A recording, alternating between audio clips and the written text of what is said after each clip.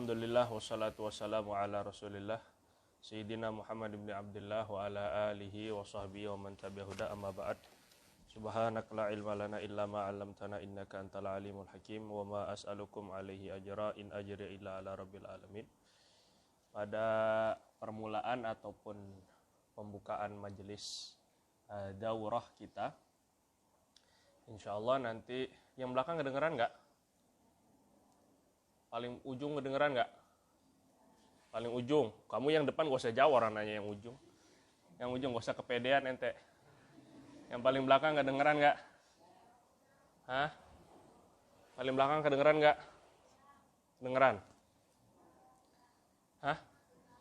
Kurang apa? Kurang ajar. Minta mic coba. Rasanya ente paham maksud ane tanya, ente mau langsung atau pakai mic? Katanya langsung.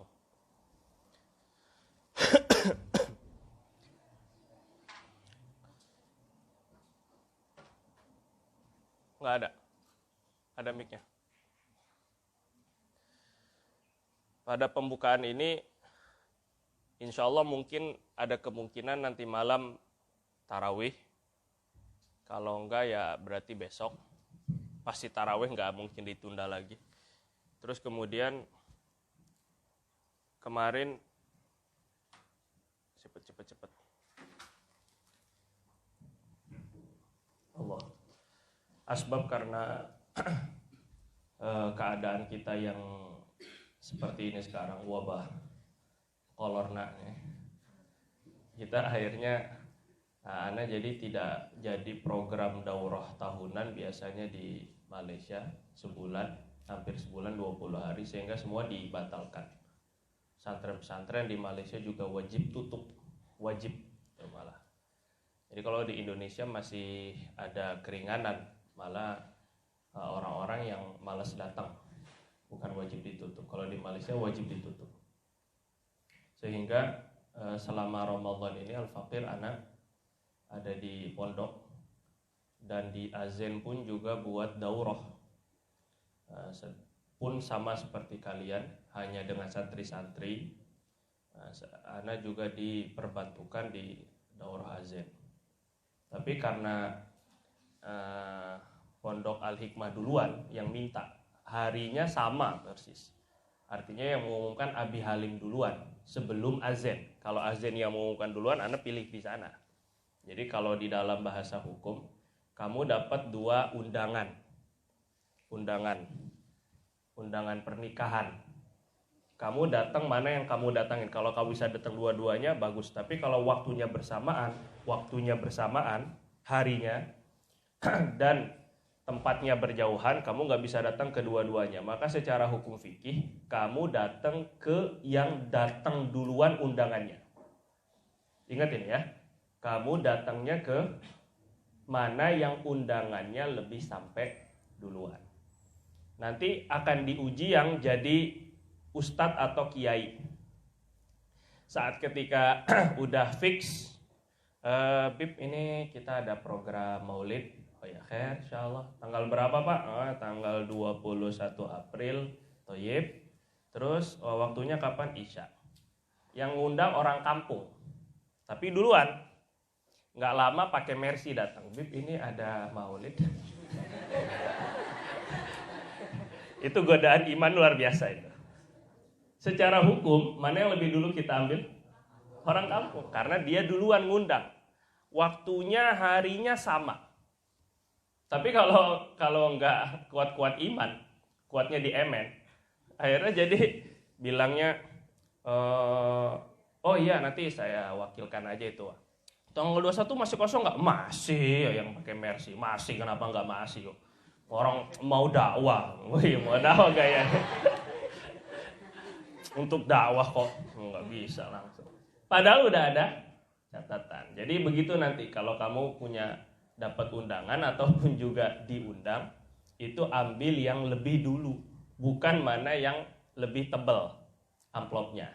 Jadi perlu dipahami. Nah, hari yang sama, hari Selasa kalau nggak salah, siangnya Abi Halim mengumumkan di grup Ana di diperbantukan di sini, dikhidmatkan di sini.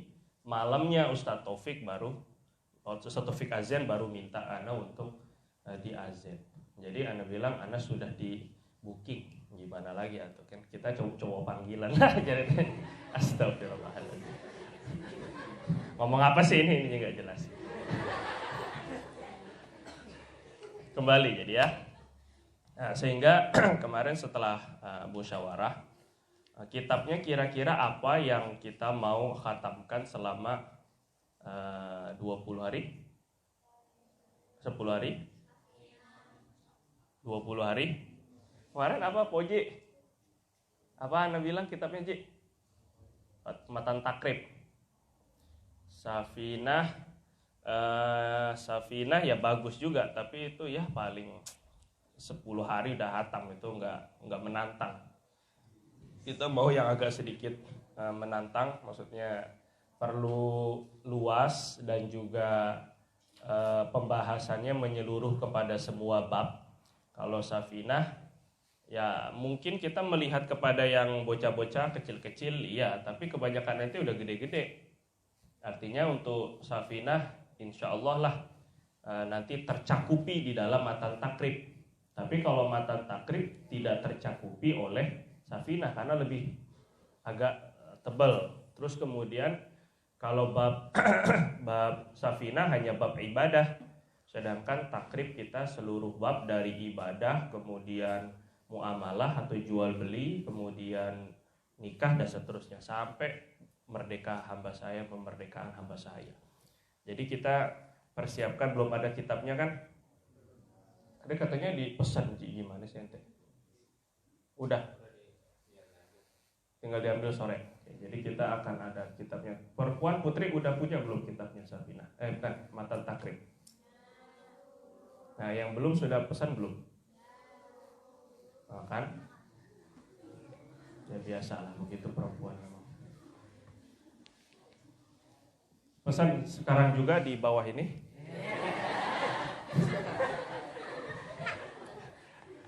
Jadi kalian jangan sampai nggak punya kitab. Nah, kalau matan takrib ini kita hatamkan, nanti anak kasih syaratnya, gitu untuk disampaikan. Jadi kita belajar fikih itu adalah belajar yang sesuatu ilmu yang dipilih oleh kebanyakan ulama fikih itu. Misalnya Imam Abu Hanifah. Dulu itu Imam Abu Hanifah waktu beliau tuh belajarnya tuh setelah besar, setelah tua baru belajar. Jadi nggak ada ceritanya kalau kita merasa udah terlalu tua atau orang tua kita ataupun tante kita atau bibi kita belum bisa baca Iqra misalnya, nggak jadi masalah. Imam Abu Hanifah tuh belajarnya dulunya kan beliau pedagang kain, bos kain. Dagang, bisnis, terus kemudian duduk di majelisnya Hammad bin Salamah, gurunya namanya Hammad bin Salamah rahimahullah. Terus kemudian setelah beliau dapat hidayah lah istilahnya untuk menekuni ilmu agama, maka beliau musyawarah ataupun beliau fikir, merenung, hanya kira-kira ilmu apa yang perlu saya perdalam lebih daripada ilmu-ilmu yang lain. Karena pastilah kesempatan untuk menguasai semua ilmu hampir sulit dan mustahil. Kalau mau juga dalam di hadisnya, juga di fikihnya, juga di tauhidnya, juga di tasawufnya, juga di tarikhnya, semuanya mau dikuasain, atau qiraatnya, Qur'annya, itu hampir mustahil. Illa man rahimah rabbi, kecuali orang yang memang Allah kasih rahmat khusus, Allah pilih untuk jadi ulamanya para ulama. Itu biasa seperti Imam Suyuti itu, karangannya saja ada 600 judul. Setiap ada cabang ilmu pasti beliau punya karangan di sana. Setiap ada cabang ilmu apapun pasti punya karangan kitab di sana. Untuk ngapalin nama kitabnya saja, namanya doang aja nggak kehafalan. Gimana untuk ngapalin semuanya? Dan itu semuanya min dzakirah, dari otak. semuanya. Bukan dari kitab atau maktabah syamilah. Sekarang bikin kitab ente gampang. Kuasai aja maktabah syamilah, kopas, selesai. Jual. Nggak terlalu menyusahkan. Tapi kalau dulu itu semuanya dari memori. Nah, sehingga Imam Abu Hanifah ini tahu karena waktunya yang singkat, terus kemudian kemampuan juga sudah berumur, sudah tua, sekitar umur mungkin 20-an, 25, 30 lah, 30-an lebih kurang baru beliau belajar. Ya, sehingga beliau fikir kira-kira ilmu apa yang patut untuk saya dalam. Terus fikir kayaknya ilmu nahu.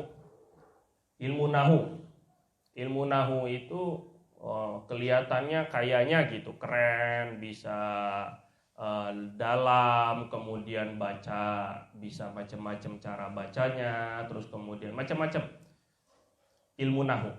Tapi dipikir-pikir apa kesudahan dan bagaimana kelanjutan kalau saya sudah menguasai ilmu nahu. Pikir dulu. Pikir-pikir yang ngajar ilmu nahu itu untuk anak-anak. Ini beliau di sana, Allah. Kalau begitu nanti sealim-alimnya, sepandai-pandainya saya ngajar ilmu nahu, ujung-ujungnya cuma ngajar anak-anak. Dan sampai tua begitu. Nahu itu ngajarnya ya orang yang pemula, yang baru belajar bahasa. Akhirnya pikir lagi, kayaknya nggak pantas, nggak pas, nggak sesuai dengan pengorbanan yang sudah dilakukan. Akhirnya pikir lagi, kayaknya ilmu hadis. Ini di masa beliau ya. Kayaknya ilmu hadis, menuntut ilmu hadis. Terus kemudian beliau pikir hadis.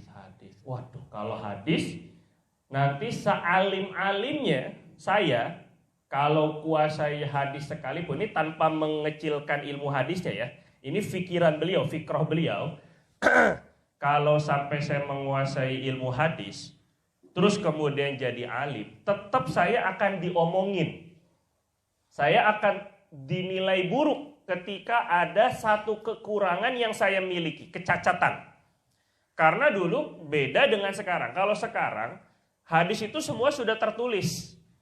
Kitab-kitab yang dianggap atau yang sudah dilegalkan, ini kitab-kitab ada 6 kutubus sittah, kitab yang 6, ataupun juga Musnad Imam Ahmad, atau kitab-kitab hadis yang sudah dilegalkan, yang sudah disahkan. Ini memang hadis yang bersambung ke Rasul. Tapi zaman beliau ini masih zaman tabi'in, sehingga kalaupun belajar hadis itu harus dari guru yang sanadnya harus dihafal, itu satu.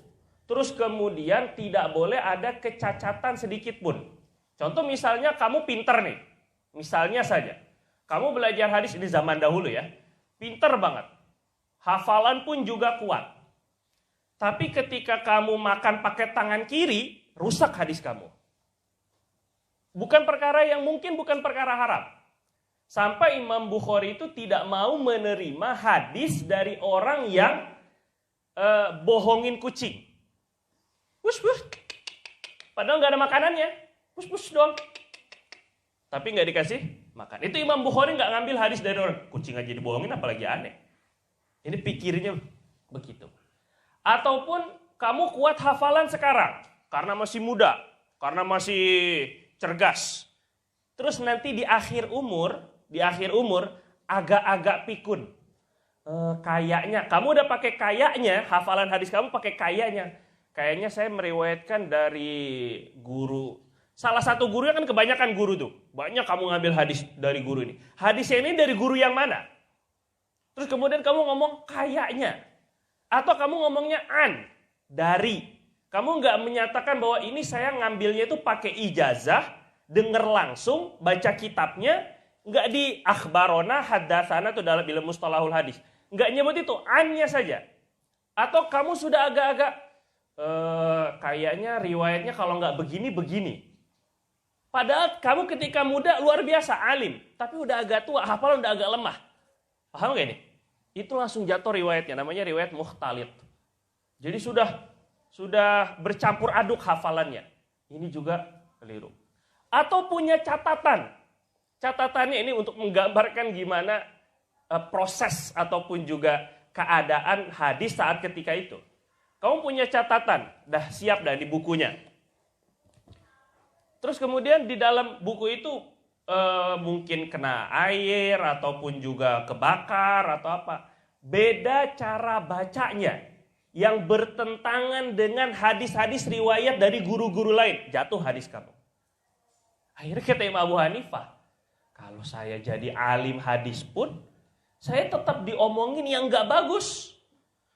Misalnya Abu Hanifah itu, apalagi di dalam hadis itu, dalam pembahasan hadis, itu kita ada dirasatu sanad, mempelajari bagaimana sanad-sanad itu. Sanad itu mata rantai keilmuan. Kalau salah satu dari perawinya, terus kemudian di situ pasti diomongin, oh fulan, misalnya namanya Muhammad bin Yusuf. Misalnya. Oh Muhammad bin Yusuf itu sayyi'ul hifzi, lemah ingatannya. Oh atau dia muttaham bil wad'i, diduga memasukkan hadis. Muttaham bil kadzib, diduga pernah berdusta. Pokoknya para perawi-perawi hadis itu hampir sedikit yang selamat dari komentar-komentar ulama hadis. Ada cacatnya langsung diomongin. Dan itu ghibah yang diperbolehkan. Sekali lagi, ghibah yang diperbolehkan. Salah satunya adalah mengomentari buruk untuk perawi hadis. Jadi kata Imam Abu Hanifah, kalau saya jadi alim pun gak selamat saya nanti diomongin. Udah meninggal dunia, tetap walaupun alim kayak apa, udah meninggal dunia, tetap hadisnya ataupun pernah melakukan kesalahan atau kecacatan, diomongin yang buruk. Sampai kapanpun. Jadi kayaknya nggak bisa ngambil hadis. Ini ketika itu. Sehingga susah. Akhirnya pilihnya apa? Pilihnya fikih. Beliau fikir, kalau fikih, semakin tua itu semakin terasah. Semakin tua yang dilihat, yang beliau lihat, orang-orang yang pandai fikih itu semakin diperlukan fatwanya. Fatwa itu orang awam kan nggak begini. Orang awam sekarang aja degil, agak sedikit gimana begitu. Kalau orang awam dulu kan tanya, ini hukumnya gimana? Hukumnya fatwanya intinya ya haram, ya makruh, ya mubah, ya wajib, ya sunnah, dan begitu selesai. Gak ada dalilnya gimana dalilnya? Itu sohe apa nggak sohe tak? Begitu lagi. Kalau orang sekarang begitu. Dan dia nggak penting tuh sebenarnya. Intinya mau diamalkannya itu jadi hukumnya aslinya bagaimana? Itu fikih. Nah sehingga kalau seandainya kamu kuasai fikih tersebut, itu semakin kelihatan sekali kita lebih manfaat banyak bagi orang banyak, bagi orang awam, tanpa mengurangi sama sekali, tanpa mengurangi rasa hormat kepada cabang-cabang ilmu lain. Pasti ada kelebihannya. Nah, tetapi untuk yang paling banyak diperlukan oleh orang awam itu intinya, kayak sama kayak kamu beli obat. Misalnya kamu beli obat, kamu nggak nanya, ini bahannya apa aja ya?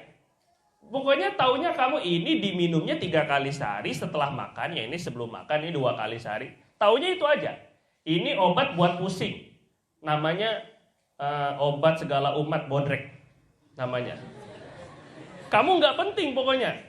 Ini komposisinya apa, terus kemudian komposisinya paracetamol. Paracetamol itu dibuat dari apa aja? Kayak kamu bikin sabun. Kamu nggak ngeliat apa itu coba ininya, nggak jelas kimia apa segala macam. Sekarang aja mau bikin sabun baru tahu komposisinya. Kalau nggak mau bikin sabun nggak tahu. Pokoknya yang penting sabunan aja. Yang penting main sabun aja. La ilaha illallah. Thayyib. Paham ini gak? Sama juga orang awam. Gitu. Pokoknya taunya, jadi gimana nih sholatnya sah apa nggak sah? Hukumnya gimana? Sehingga yang lebih manfaat langsung ke orang awam itu adalah fikih. Jelas apa enggak? Jadi orang tinggal makan. Paham? Jelas? Nah, terus kemudian ilmu itu ada 2. Ada ilmu fadhail, ada ilmu masail. Ada ilmu fadhail, ada ilmu masail. Nah, ilmu fadhail itu ilmu yang membahas perkara-perkara untuk semangat atau ketakutan, rasa takut atau semangat ke akhirat atau takut kepada Allah. Ini ilmu fadhail.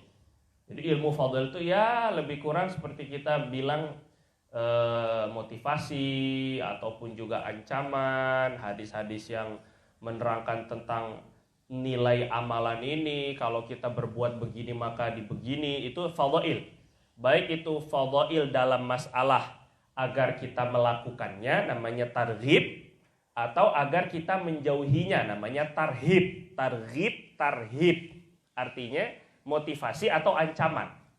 Kalau kita berbuat begini maka man shoma ramadhana imanan wa ihtisaban, itu untuk menyemangatkan amal, menyemangatkan diri dalam beramal, dalam berbuat baik. Fadhail itu penting. Karena kalau tidak ada ilmu fadhail, dan ini yang banyak sekali justru, lebih banyak ilmu fadhail, termasuk juga tentang hal-hal yang meningkatkan iman. Ini juga fadilah, fadhail. Jadi gambaran Allah, gambaran tentang surga, gambaran tentang neraka, ini fadhail. Arti makna dari fadhail itu keutamaan-keutamaan, ataupun juga hal-hal yang kita pelajari, ilmu yang kita pelajari untuk meningkatkan iman dan amal. Jelasin ya, untuk meningkatkan iman dan amal. Jadi kamu, kenapa sholat jamaah? Oh, sebab sholat jamaah satu langkahnya itu ditulis pahala, satu langkah berikutnya diampuni dosa. Oh, sebab sholat jamaah softnya saja itu mengundang ataupun juga membuat Allah Subhanahu wa taala ridho. Oh, sebab 27 kali lipat. Oh, sebab Allah lebih terima dan lebih suci. Terus fadilah. Untuk kamu sholat berjamaah, kamu perlu ilmu fadhail itu yang banyak. Termasuk ancaman tidak sholat berjamaah. Kadang-kadang kita nggak bisa didorong dengan ilmu fadhail, sehingga kita harus dengan ancaman. Kurang menarik kalau hanya dengan motivasi ataupun juga dengan balasan. Seperti contohnya, tasbih 33, tahmid 33, takbir 33. Karena nggak ada ancamannya, jadi kamu santai aja. Nggak 33, ya nggak apa-apa, yang penting kan zikir. Karena nggak ada ancaman, padahal jelas itu Allah akan ampuni dosa walaupun banyak sebanyak buih di lautan dosa kita. Tapi kurang menantang, kurang memotivasi. Karena nggak ada ancamannya. Coba kalau Nabi bilang siapa yang kurang 33 miskin. Kayak apa itu? Pasti akan lebih terancam. Jadi ada jiwa yang tidak termotivasi dengan dorongan, dengan targhib, dengan motivasi. Dia justru malah dipecut dengan tarhib, diancam. Nah, ini juga fadhail namanya, jelas. Termasuk juga ancaman-ancaman tidak sholat berjamaah.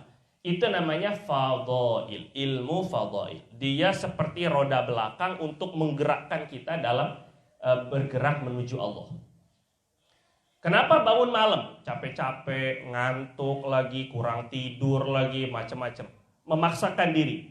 Kalau kamu belum bisa bangun malam, coba ambil cari ilmu fadhail untuk bangun malam. Begitu caranya. Sekarang baca Quran. Kenapa malas? Cari ilmu fadhail untuk Quran. Baca Quran. Baik itu karena motivasinya atau karena ancamannya. Ancaman tidak baca Quran. Motivasi untuk baca Quran. Baca itu dulu, atau mudahnya lah, misalnya kamu baca fadilah amal. Baca fadhailul Quran saja. Baca saja. Baca saja. Ini untuk sebelum masuk Ramadan ini ya. Biar kita tetap semangat terjaga. Bagaimana? Agar terus ada yang menyemangati kita. Sebaik-baik penyemangat adalah Rasulullah. Jadi sehingga hadis-hadis fadhail itu banyak sekali. Padahal janjinya itu aja Nabi. Janjinya kalau nggak surga, dihindari dari neraka, diampuni dosa, keberkahan ataupun juga kebaikan dunia di dunia. Itu aja padahal. Tapi dengan berbagai redaksi, dengan berbagai lafaz, bentuknya beda-beda untuk memotivasi orang agar beramal yang diinginkan. Misalnya kalau kamu malas, aduh puasa, mana lapar lagi, apa segala macam, udah pura-pura wudhu, mulut kumur-kumur tapi nggak keluar lagi. Kok itu nggak keluar, nggak tahu akhirnya kemana lagi, gimana ceritanya? Padahal minum. Untuk motivasi biar puasa kita berkualitas ataupun juga betul-betul faham dengan nilai puasa, cari ilmu fadhail puasa. Dan ini harus. Semuanya begitu. Termasuk juga untuk menghindari dari maksiat. Cari ilmu fadhail untuk bisa menghindari dari maksiat itu. Apa maksiat yang susah kita hindari? Mata. Misalnya.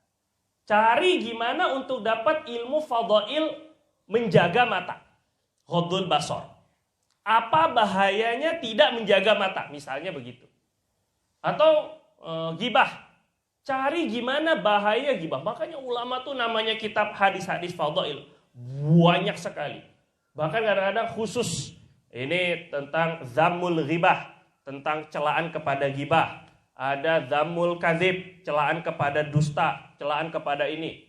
Itu tujuannya untuk itu. Ilmu fadhail. Paham ya? Kalau kamu baca Irsyadul Ibad.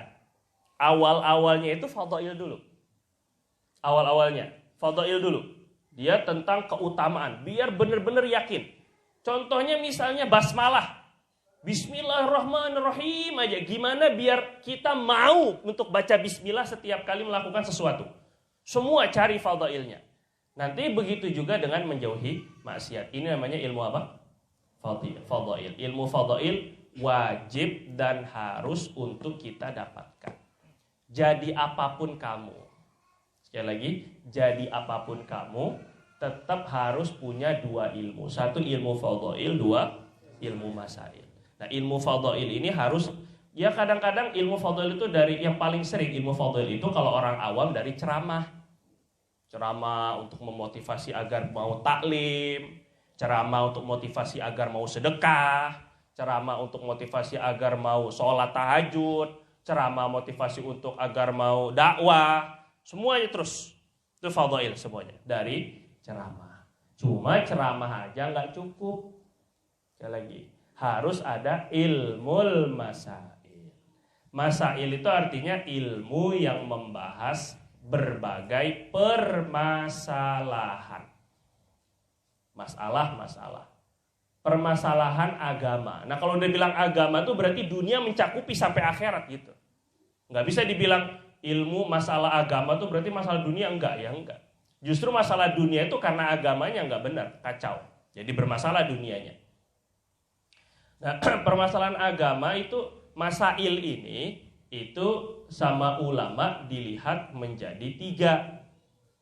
1, tauhid. Ini juga masail. Jadi ilmu masail itu bukan fikih saja, tapi juga permasalahan akidah, tauhid. Bagaimana agar kita tidak terkena faham liberalisme, sekulerisme, pluralisme, ataupun wahabisme, ataupun syiaisme, syiah maksudnya. Ada-ada aja lah pokoknya. Bikin kalimat sendiri aja lah biar kelihatan keren aja itu. Ataupun juga biar nggak jadi mujassimah, maksudnya mensifati Allah dengan bentuk tubuh, ataupun mu'attilah yang tidak mengakui sifat Allah, atau murji'ah, ataupun sekte pemahaman yang menyimpang agar tidak jadi Ahmadiyah ataupun juga LDII misalnya, agar tidak jadi apalagi komunis. Persis itu udah masuk dalam Wahabinya, di antaranya Persis itu ya Wahabi juga, sama saja dia. Nah jadi kembali, masail ini tauhid penting. Jadi tauhid itu bukan hanya tauhid 20 itu sebenarnya untuk menjaga. Tauhid 20, tauhid sifat 20 itu sebenarnya untuk menjaga agar kita tidak terkena pemahaman-pemahaman yang tadi Jabariyah, Qadariyah, itu agar tidak terkena itu 20 itu. Bukan berarti Allah hanya punya 20 sifat. Kan sifat Allah banyak, kenapa harus 20? Ya yang bertentangan dengan banyak permasalahan umat itu dari yang 20 ini. Yang kurang paham. Jadi bukan berarti kita 20 sifat 20 itu bid'ah karena membatasi sifat Allah ya. Tuh. Sama saja kamu bilang, sama saja kalau seandainya kamu anggap ataupun juga ada orang yang menyangka bahwa Ismullah, Asmaul Husna itu hanya 99. Enggak. Asmaullah, nama Allah itu banyak, yang disembunyikan Allah lebih banyak. Yang dikasih tahu sama kita cuma 99.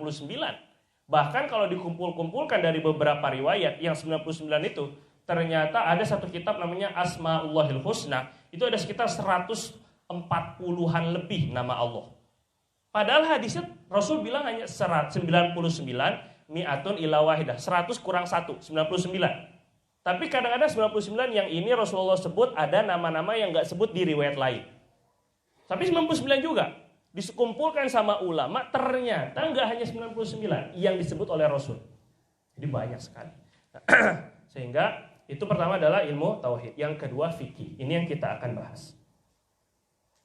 Fikih ini tentang semua permasalahan amal zohir. Kalau tauhid itu semua tentang keyakinan. Bersihin jerawatnya nanti. Jadi kalau untuk fikih itu untuk permasalahan amalan zohir, tubuh, amalan yang kelihatan.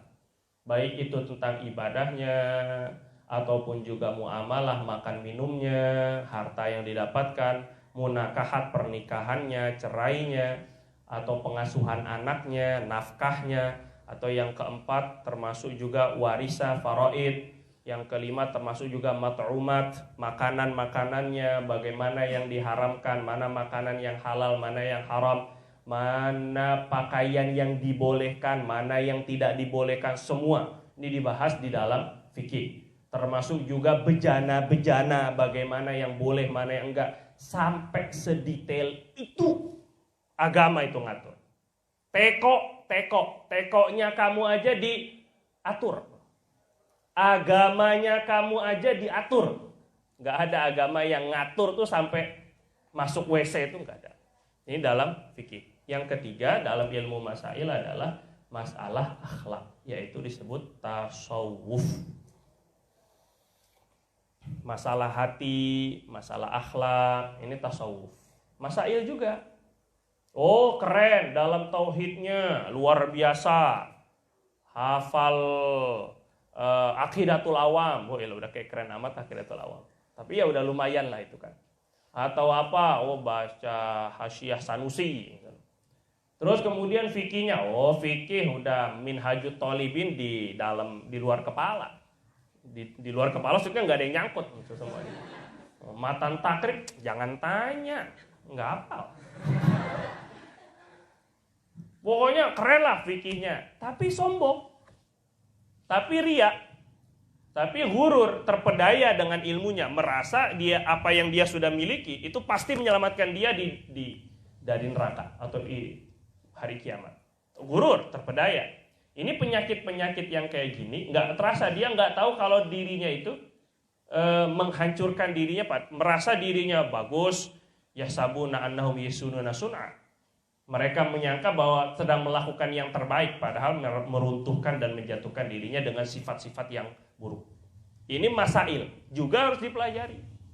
Yang kadang-kadang ya kuat di di fikih, tapi nggak kuat di tasawuf. Sehingga nyari pamor, ataupun nyari pujian, ataupun nyari like dan subscribe, ataupun juga macam-macam. Hati-hati sekali.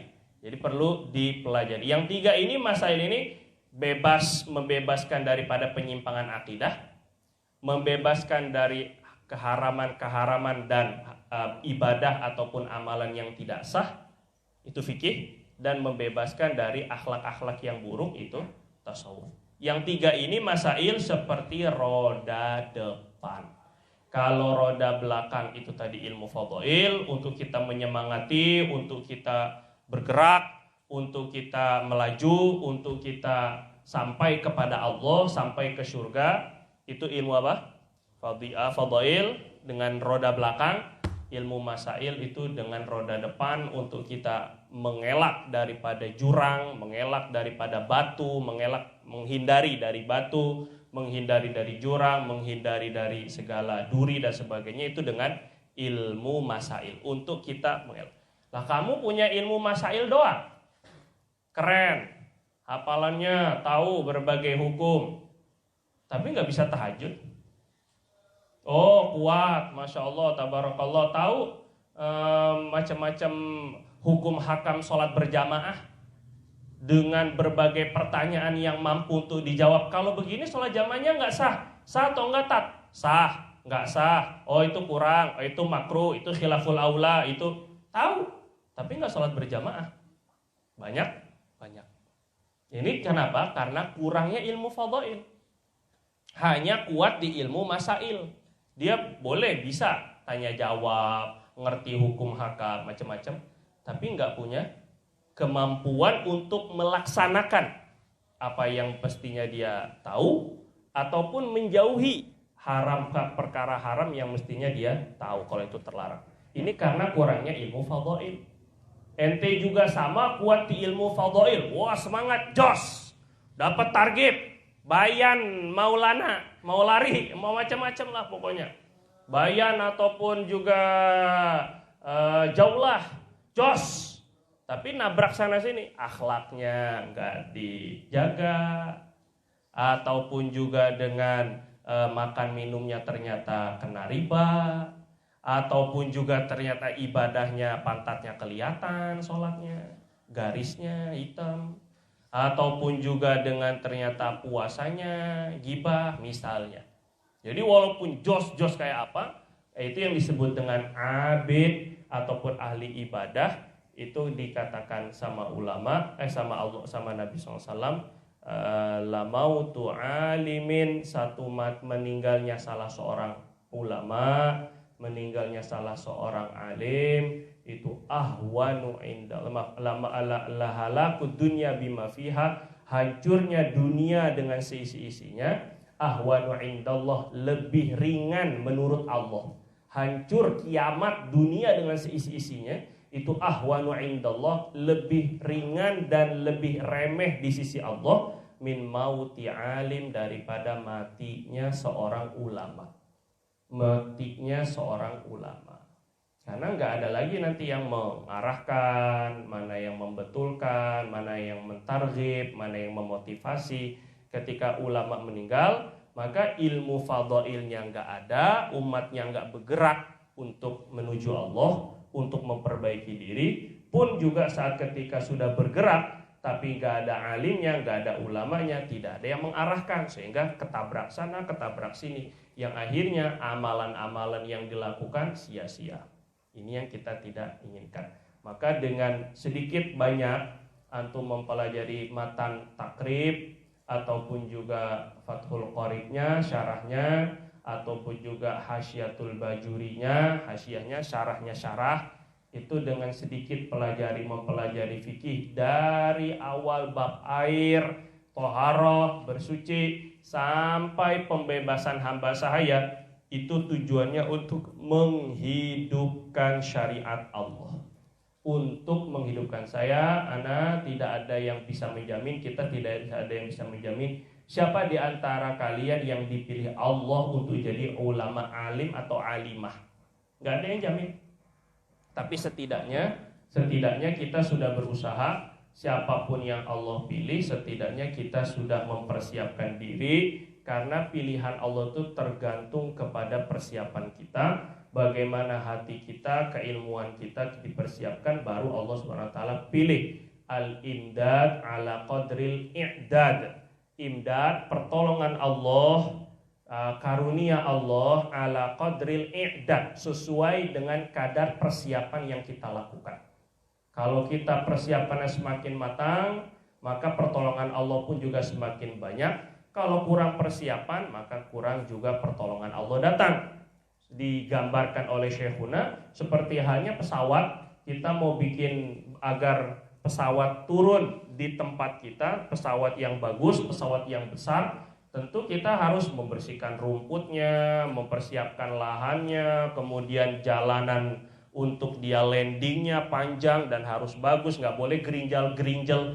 Kalau sudah dipersiapkan, bandaranya rapi apa semuanya, baru pesawat bisa landing, bisa mendarat. Tapi kalau bandaranya nggak ada, ente mau turun di mana?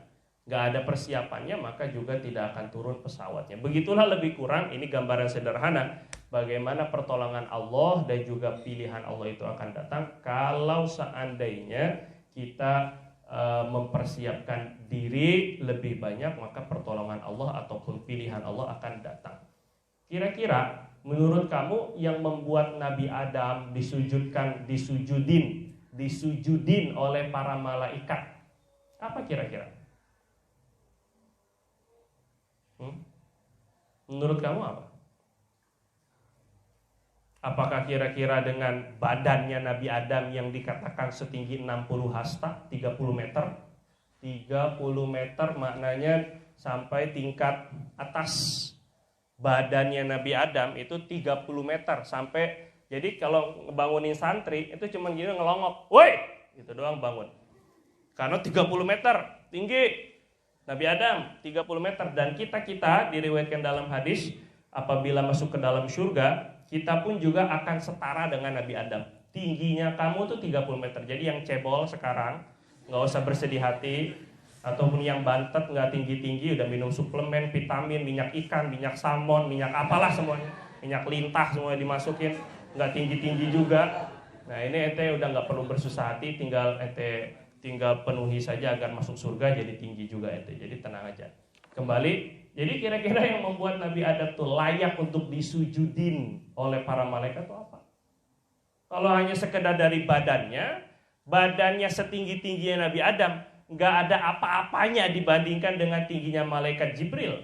Oke, nggak perlu Jibril lah. Katakan kata Nabi, Jibril itu punya 4 sayap, yang satu sayapnya saja itu sanggup untuk menutupi dunia dengan seisi-isinya. Baru satu sayap. Mananya nggak ada apa-apanya Adam. Nabi saja saat ketika turun, ya Yuhal Muzammil itu kenapa beliau berselimut? Disebabkan karena ngelihat orang tinggi kok nggak ada palanya, tinggi banget. Kakinya di bawah tapi kepalanya nggak kelihatan di ujung langit. Itu karena malaikat memposisikan atau mewujudkan diri dengan wujud yang sebenarnya, malaikat Jibril. Sehingga ketakutan Nabi terus berselimut, ya Yuhal Mudassir, ya Yuhal Muzammil, kum fa'anzir. Jadi saat ketika diperlihatkan ataupun disuruh Nabi Adam sujud, itu ternyata bukan karena fisiknya. Karena fisiknya hanya seukuran 30 meter dan tidak ada apa-apa yang dibandingkan malaikat-malaikat. Terus dari sisi apanya? Dari sisi asal penciptaannya. Nabi Adam dari tanah. Dari tanah, yang tanah tersebut pun tanah liat, kotor, hitam, nggak ada apa, nggak ada bandingan ataupun tidak sebanding dengan cahaya. Bahkan dengan api pun yang kata setan saya lebih utama karena saya dari api. Jadi kalau melihatnya dari sudut asal penciptaannya, Nabi Adam pun juga kalah. Dari sudut apa kira-kira? Ibadah. Sebanyak apa ibadahnya Nabi Adam? Kira-kira sehingga sampai malaikat disuruh usjudu li Adama, sujudlah kalian kepada Adam. Kira-kira dari sudut apa? Malaikat udah nahnu nusabbihu bihamdika wa nuqaddisu lak. Sebelum Nabi Adam baru mau Allah berencana. Belum diciptakan lagi Adam, baru berencana mau diciptakan, tapi malaikat udah mengaku, kami kan udah beribadah. Kami kan sudah bertasbih kepada Engkau, tidak ada henti-hentinya, tidak ada putus-putusnya, tidak ada lemah-lemahnya, tidak ada ngantuk-ngantuknya. Terus saja yang tasbih, terus yang tahmid, terus yang ruku, sujud. Yang sujud, terus. Maknanya tidak ada apa-apanya kalau dibandingkan dengan ibadah. Terus apa kira-kira? Ilmu. Wa 'allama Adamal asma'a kullaha. Allah mengajarkan ilmu, walaupun hanya ilmu nama. Asma itu ya macam-macam lah. Nama itu di kalangan ulama khilaf. Apa yang ilmu nama apa? Ada yang mengatakan asma adalah asma nama-nama Allah, termasuk juga nama Ismullahil A'zam, nama Allah yang paling mulia yang tidak Allah berikan, tidak Allah buka kecuali kepada yang paling dikasihinya. Ada juga yang mengatakan nama-nama itu, kebanyakan ulama mufasir, nama-nama yang diajarkan Nabi Adam adalah nama-nama benda. Itu pun juga ada pendapat. Ala kulli hal, yang diajarkan atau yang diberikan, dibedakan atau diistimewakan kepada Nabi Adam ilmu. Yang membuat malaikat ternyata harus, sehingga innal malaikata latadau apa? Ajnihata. Kira-kira sayap tuh ada di dada atau di punggung? Atau di dubur? Sayapnya di dubur. Di mana? Kira-kira sayap tuh di mana? Atau di kepala? Sayap tuh kira-kira di mana? Kamu gambaran sayap tuh di mana? Di mana? Di punggung. Untuk latadau, Malaikat itu meletakkan sayap-sayapnya. Untuk meletakkan sayap, kalau sayap itu ada di dada, kamu tinggal tengkurap. Kalau kamu jadi malaikat, ya kamu tinggal tengkurap. Tengkurap aja, sayapnya langsung bisa diinjak. Tapi kalau di punggung, gimana untuk nginjeknya? Coba, ini gambaran ini otak kita ini, khayaliyah ini kan. Imajinasinya begitu. Kalau sayap itu ada di punggung, untuk meletakkan itu kamu harus terlentang. Paham? Jelas nggak ini? Maknanya, kaki itu kan di dasar, di paling bawah. Untuk bisa diinjak, itu kamu harus terlentang. Maknanya apa? Maknanya malaikat disuruh menghina sehina-hinanya. Pahami ini tuh. Bukan hanya sekedar tengkurap, tapi terlentang ente. Malaikat untuk bisa diinjak, ini gambaran khayal kita kan. Dulu Syekh Umar Palanpuri itu pernah merenung, kata beliau, ketika itu beliau pernah ceramah. Kata beliau begini, dalam Al-Quran kita disuruh ke orang tua, gambarannya itu meletakkan sayap. Wahfid lahuma janahadzulli minar rahmati. Wahfid, rendahkan sayap kamu, sayap kehinaan kamu kepada orang tua. Kata Syekh Umar Palanpuri, untuk merendahkan sayap itu bukan dengan tengkurap, karena sayap nggak bakal bisa rendah. Nggak bisa. Coba burung kalau suruh merendahkan sayap, nggak bisa dia. Dia begini, tetap tinggi sayapnya. Paham? Untuk merendahkan wahfid lahuma janahadzulli, maka kamu perlu berbaring depan orang tua. Artinya merendahkan serendah-rendahnya. Paham sudah?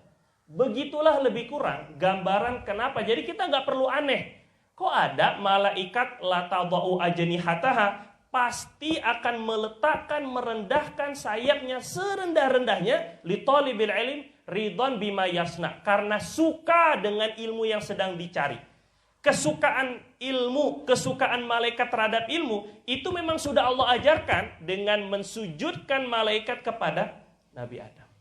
Jelas, hubung kaitnya jelas.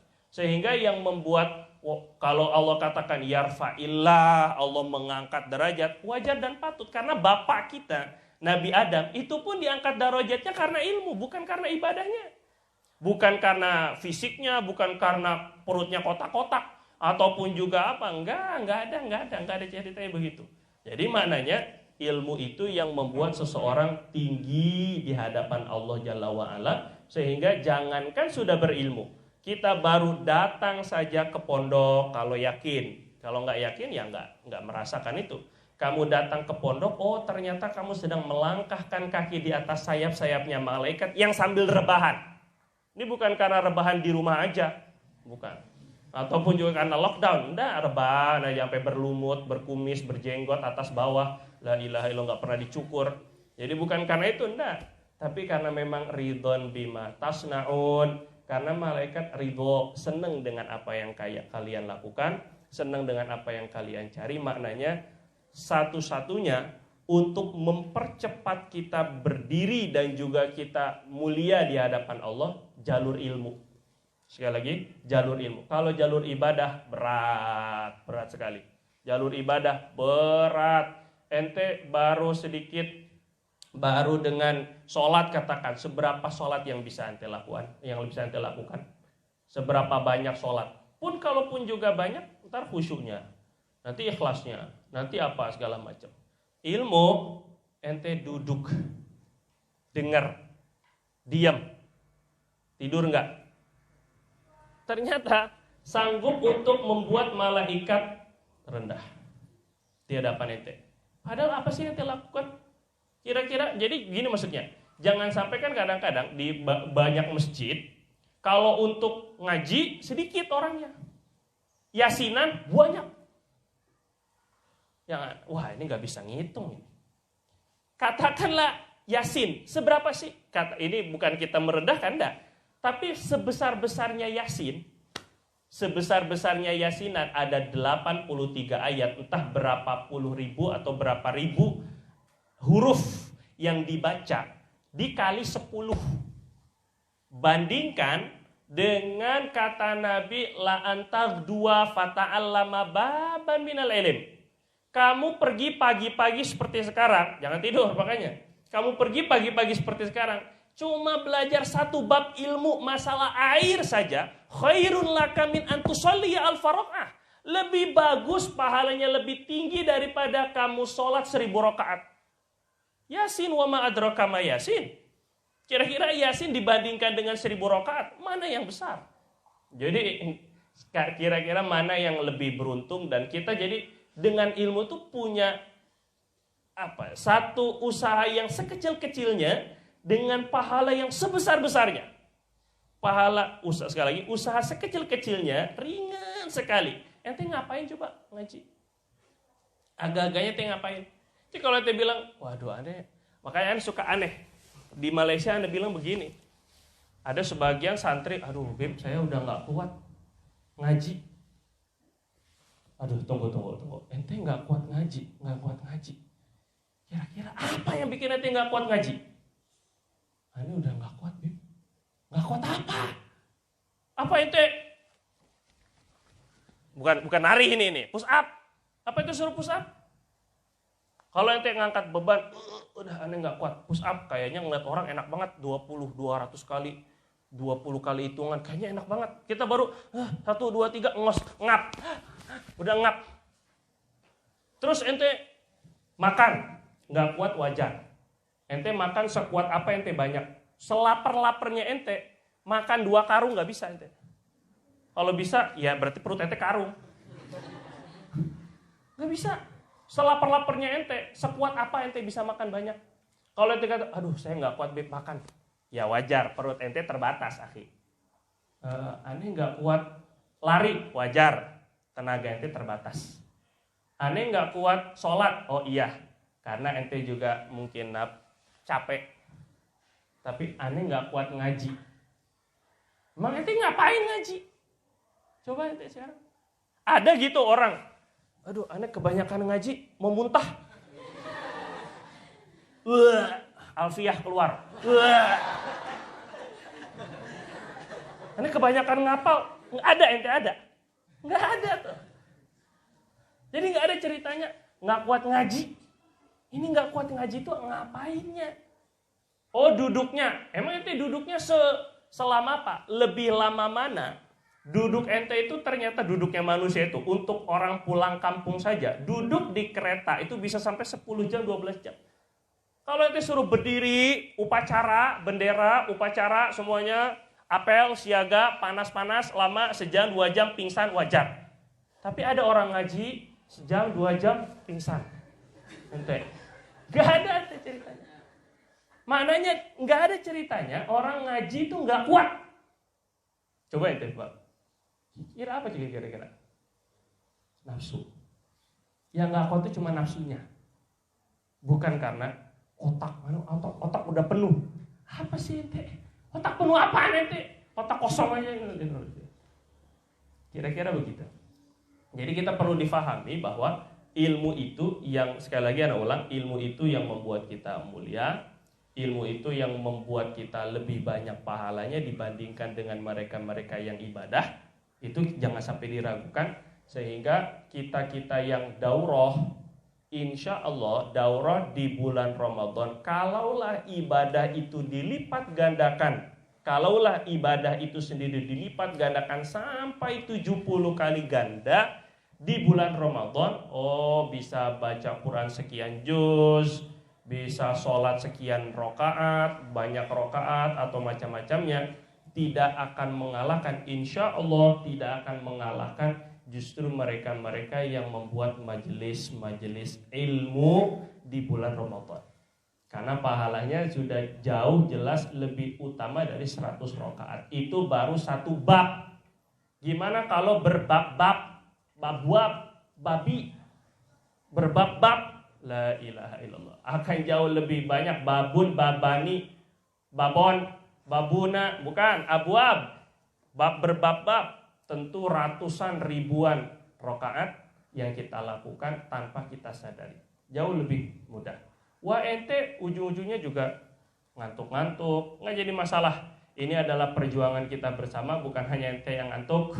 Kalau seandainya capek duduk, iyalah oke lah capek duduknya, ente baring aja. Kalau ente nggak tahu malu nggak apa-apa. Kalau ente nggak tahu malu, ente baring aja di sana. Yang penting tetap ngaji. Kuping ente itu tidak ada penutupnya. Beda dengan mata, beda dengan mulut, nggak ada penutupnya. Sehingga ente walaupun dalam aneh ngantuk-ngantuk juga aneh masuk apa ente? Masuk WC. Anak masuk nih, kan kuping nggak ada penutupnya, jadi terus masuk ilmu apa segala macam, hadis, ayat Quran, apa hukum hatam, masuk semuanya. Terus paham? Ya enggak, masuk doang, tapi nggak masuk di otak. Jadi ini perlu dikuasai atau perlu diyakini bahwa apa yang kita tuntut, apa yang kita cari ini jauh lebih bernilai di sisi Allah Jalla wa'ala. Dan untuk kitab, jadi nanti tolong dipersiapkan Matan Takrib. Abi Syuja ini kitab fenomenal. Kamu boleh bayangin dari beliau meninggal itu 433 Hijriah. Ada ulama bilang 533 Hijriah. Fenomenal coba.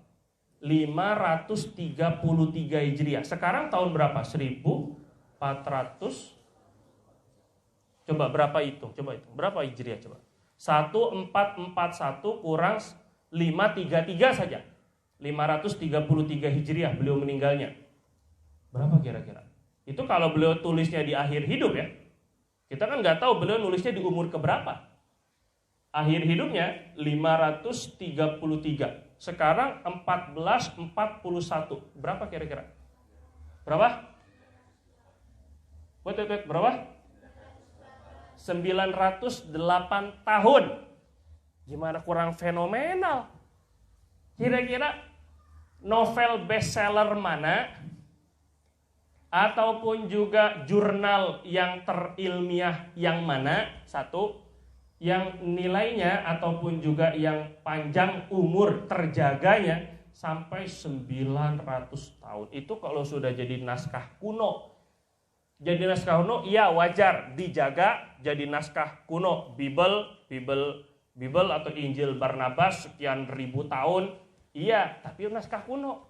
Nggak dicetak-cetak lagi, terus dicetak dan dipelajari sampai sekarang. Wa hatta qiyamis sa'ah, sampai terjadi hari kiamat. Maknanya untuk mewariskan ilmu yang hanya sekedar matan takrib, ya ini 5 rukun wudu sekian, rukun sholat sekian, syarat-syarat sekian, hanya menyebutkan yang begitu. Kitab setipis matan takrib, kitabnya aslinya tipis sekali.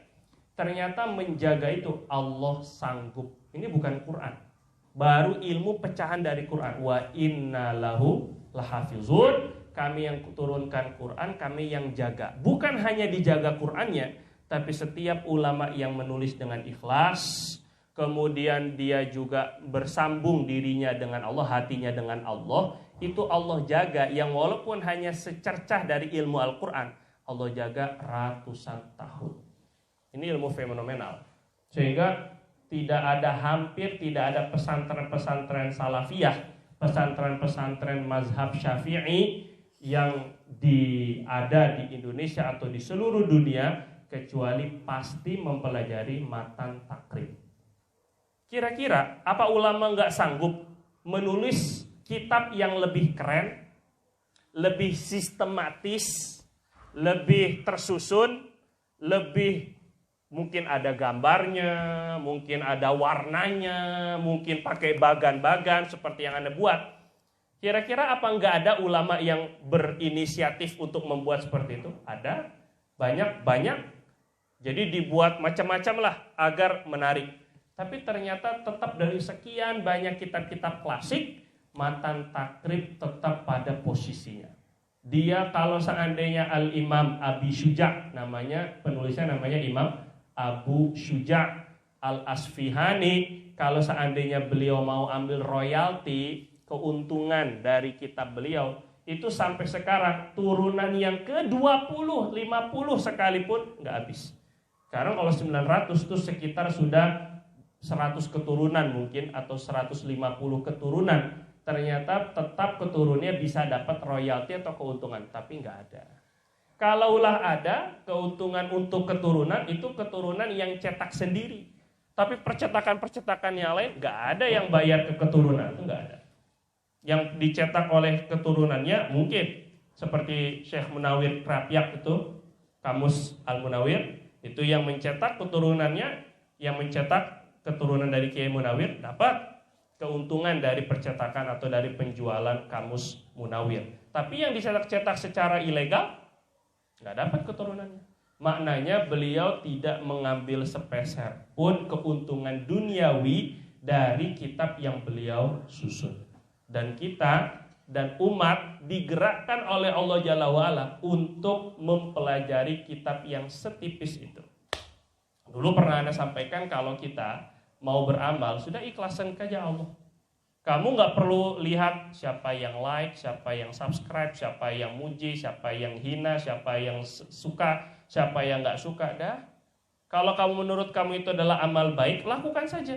Biarkan saja Allah yang balas dan siapa Allah yang menjaga. Mungkin kadang-kadang kita tidak dapat balasannya dan kita tidak dapat pujian sekarang. Mungkin setelah beberapa tahun yang akan datang, oh baru terasa ternyata saya pernah bikin program mading pondok. Nggak terasa kamu. Kita nggak perlu lihat dipuji nggak dipuji. Jangan-jangan satu maklumat, satu pengetahuan yang kamu tempel di perang Khoibar, perang Badar, perang apa Uhud dan sebagainya. Mungkin sedikit dari cercahan goresan pena kamu nempel maklumat dan pengetahuannya di salah seorang santri, dan santri itu jadi ulama dan kamu dapat pahala disebabkan karena secercah segores tulisan kamu. Jadi nggak perlu harus banyak yang nonton, banyak yang ngelihat, nggak perlu. Itu nggak penting sama sekali. Sama sekali tidak penting Facebook berapa banyak yang nonton, ataupun juga Instagram berapa banyak yang follow, ataupun juga Twitter banyak yang apa sih yang share itu. Ya itulah pokoknya banyak yang begitu-gitu, nggak perlu. Kalau kamu memang lihat ini adalah perkara baik, lakukan saja, serahkan ke Allah. Biar dia yang jaga. Sehingga kita tidak perlu capek-capek untuk nyari nama, ataupun juga nyari pamor, nyari panggung depan orang banyak, nggak perlu. Kembali, jadi untuk kitab Matan Takrib sedikit Anda sampaikan, Imam Abu Syuja itu beliau meninggal pada 433. Beliau lahirnya di Basrah. Nama beliau Ahmad bin Husain bin Ahmad Husain bin Ahmad Al-Asbihani, Imam Matan Takrib. Kamu harus tahu dulu bagaimana pengarang ini hidup, dan beliau bermakna beliau hidup itu kata Imam Ad-Dairabi umurnya 160 tahun. Meninggal dunia 160 tahun, dan dalam 160 itu yang hebatnya tidak ada daripada anggota badan beliau yang cacat. Matanya masih segar, kakinya masih kuat, semuanya 160 tahun beliau dilantik menjadi qadhi atau menjadi hakim, terus kemudian di Basrah, dan beliau mengajar mazhab Syafi'i ini, fikih mazhab Syafi'i tidak kurang selama 40 tahun. Minimal beliau 40 tahun ngajar di madrasah-madrasah sekitar Basrah, mengajarkan fikih mazhab Imam Syafi'i. Nah, ketika itu beliau akhir umur, beliau pindah di Madinah. Ada yang menarik ketika beliau ditanya, Tuan Guru, Kiai, Syekh, kenapa sudah umur 160 tapi kakinya masih kuat, matanya masih terang, pendengarannya masih normal, mulutnya masih fasih. Kenapa sampai begitu? Kata beliau, ma asaitullaha fis sighar. Aku tidak menggunakan anggota badanku untuk maksiat ketika saya masih muda. Aku tidak menggunakan anggota badanku untuk maksiat ketika saya masih muda. Fahafidhallahu fil kibar. Maka Allah jaga anggota tubuh saya ketika saya sudah tua. Jadi rahasia untuk tetap awet muda, rahasia untuk tetap kuat, rahasia untuk tetap bugar, jauhi maksiat. Ini kata Imam Abu Syuja. Nah, ketika akhir hidupnya beliau pindah ke Madinah. Di Madinah itu walaupun di Basrah beliau sudah jadi orang gede, jadi ulama besar, sudah menjadi qadhi, hakim, ataupun juga mufti, kalau sekarang mungkin ketua MUI lah lebih kurang begitu. Tapi saat ketika beliau pindah ke Madinah, tidak ada rasa segan, nggak ada rasa malu untuk jadi tukang sapu dan pembersih di Masjid Nabawi. Pindah ke Madinah, nggak merasa, oh ya ini mantan qadhi, mantan mufti, mantan tidak ada. Di Madinah khidmat di Masjid Rasul. Nyalain lampu, kalau dulu lampu pakai lampu api, lampu semprong.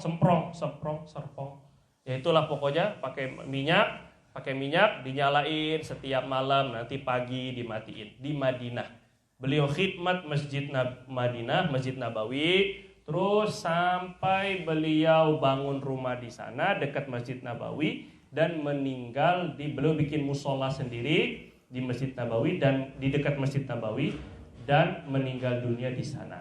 Dikatakan beliau wafat, terus kemudian beliau wafat tepat kepalanya dekat sekali dengan makam Nabi.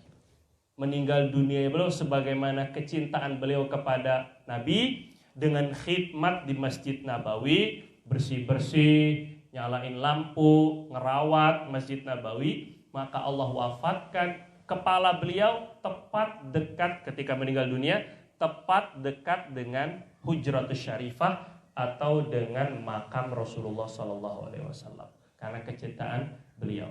Jadi ini perlu untuk kita pahami. Jadi ulama itu sama sekali tidak boleh mencegah kita untuk khidmat.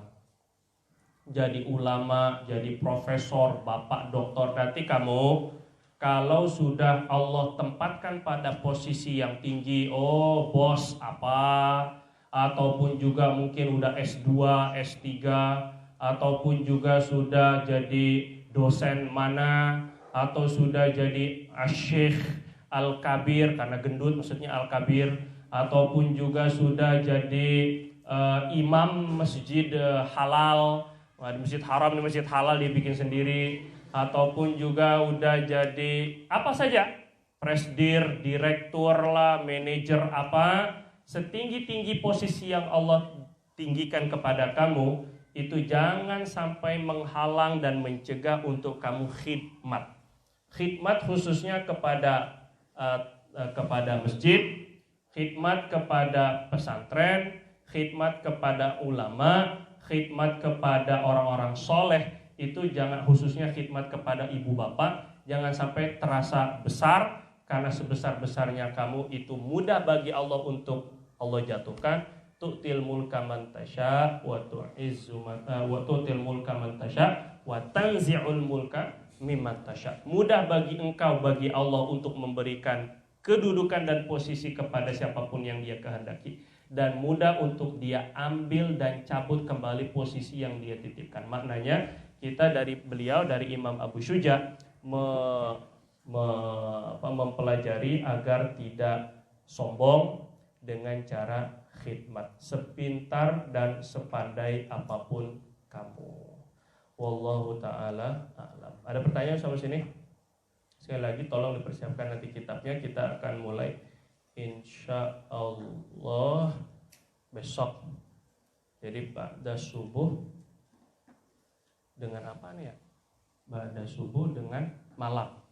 Jadi anak ba'da subuh dengan ba'da tarawih. Subuh Ramadan itu memang betul-betul keadaan yang paling mencabar, yang paling menantang sekali. Subuh perut kenyang, hati tenang, suasana dingin, nggak ada kerjaan apa-apa, ente habis subuh itu betul-betul menantang. Jadi anak harap yang walaupun kita punya prinsip tolong adab tetap didahulukan daripada ilmu, tapi diharapkan nanti gimana cara, coba ente cari cara gimana biar nanti habis subuh khususnya nggak ngantuk, malam juga nggak ngantuk. Jadi ada waktu tidur, jangan sampai tidak tidur, kan tidurnya orang puasa ibadah. Wah, beralasan lagi Pak, bilang aja ente, tapi kan di majelis kampret, innalillahi wa inna ilaihi raji'un. Ingat itu ya, tapi kita jangan sampai disebabkan karena puasa sehingga jadi lemas semuanya. Terus coba gimana caranya nanti cari mungkin habis subuh ada senam aerobik dulu, ataupun juga ada pemanasan, maksudnya di kompor dipanasin, ataupun mungkin ada apa, terserah lah, pakai minyak kayu putih lah, ataupun balsem atau ya kayu lidi apa segala. Pokoknya gimana cara biar nggak ngantuk. Caranya gimana cara? Pokoknya cari cara agar subuh tidak ngantuk, karena kita akan kita akan terus menghatamkan itu selama 20 hari. Jadi persiapkan mental, persiapkan hati, kuatkan niat. Kedatangan kalian yang sudah Allah pilih jangan sampai sia-sia, jangan kabur. Nanti gak dapat pahala, sayang, ente udah jauh-jauh terus kabur lagi. La ilaha illallah. Ramadan dosa tambah kali lipat, sebagaimana pahala berkali lipat, maka dosa kabur juga berkali lipat. Murtad, innalillahi wa inna ilaihi raji'un. Ente jangan sampai kabur. Waduh gak kuat daurah, la ilaha illallah 4 kali sehari, aduh gak kuat, muntah-muntah. Corona. Hati-hati ente. Jadi kita gak mau dengar ada perkara-perkara janggal, ente udah dipilih Allah dibandingkan dengan teman-teman ente yang lain. Jadi jangan sia-siakan kesempatan ini. Insya Allah kita perbaiki niat dan kuatkan azam untuk sampai khatam insya Allah. Subhanakallahumma bihamdika asyhadu an la ilaha illa anta astaghfiruka wa natubu ilaik. Tolong bagian tim